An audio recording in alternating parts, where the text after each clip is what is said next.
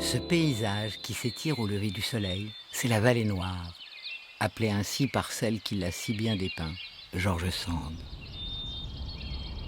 Au cœur de sa Vallée Noire, la ville de La Châtre, cette ville vers laquelle le Berry prend du style et de la couleur, et qui révèle autour d'elle de séculaires richesses artisanales, comme les fresques de l'église Saint-Martin-de-Vic. Au fil des siècles, puisque l'église est romane, donc elle date du XIIe siècle, on avait rebadigeonné par-dessus les fresques. Et il faut vraiment attendre le milieu du XIXe siècle pour découvrir sous diverses couches, diverses épaisseurs, eh bien, le trésor qui se cachait sur les murs de l'église. Ce qui est assez remarquable, c'est l'émotion, le dynamisme, le mouvement qu'il va faire passer à travers une palette de couleurs assez réduite. On a guère de couleurs.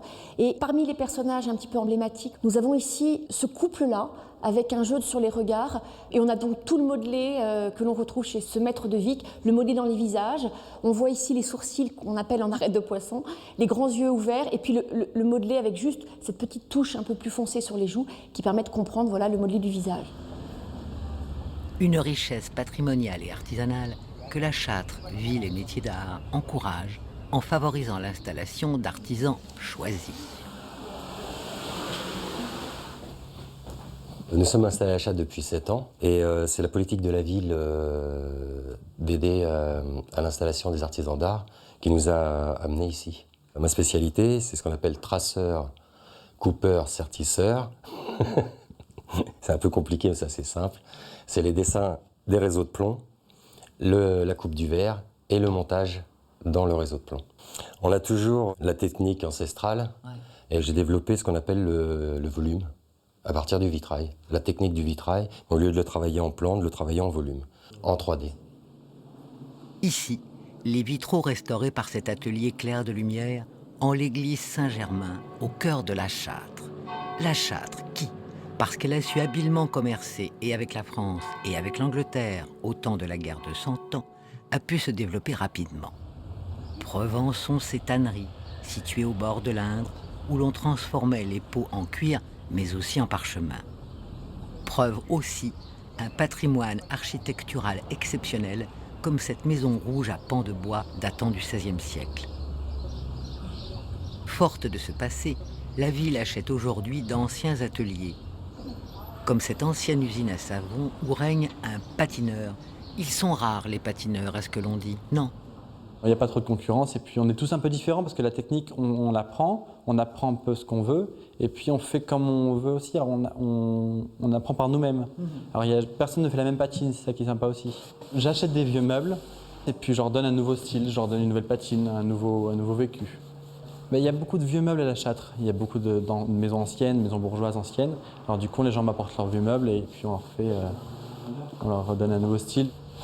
Point de luxe et pourtant la richesse. Les artisans d'ici appliquent cet aphorisme de George Sand, comme Barbara Blondeau, sellier maroquinier.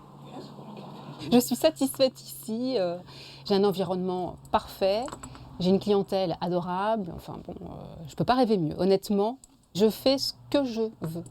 Je propose mes modèles et j'adapte mes modèles, c'est-à-dire qu'on peut vraiment agrandir, rétrécir, ajouter des poches, choisir tout ce qu'on veut, mais je pars sur mes modèles. Et Mireille Contarin, rempailleuse de chaises, chez qui s'affiche l'une des plus jolies histoires de la région. Le coup de foudre de Jacques Tati pour Sainte-Sévère, où il vint tourner son fameux jour de fête.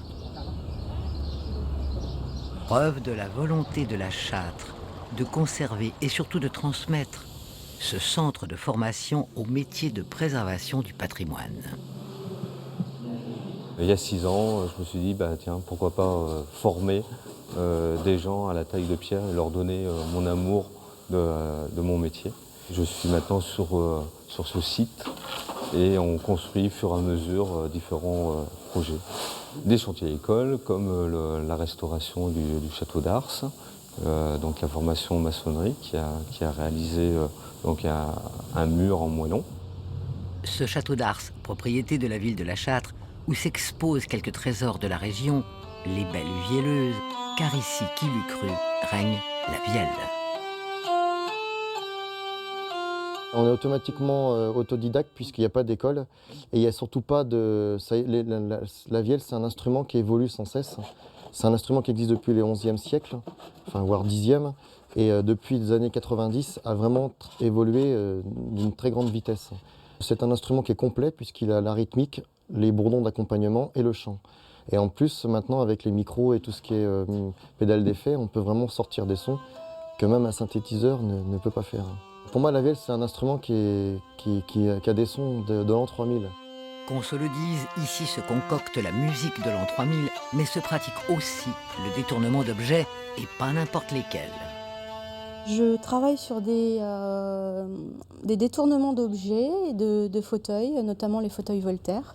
J'ai décidé de le transformer complètement, de retirer l'assise et d'en faire une autre pièce, on va dire. Et parions que George Sand se serait plu à utiliser ce siège pour rêver devant cette vallée noire qu'elle sait si bien nous faire aimer.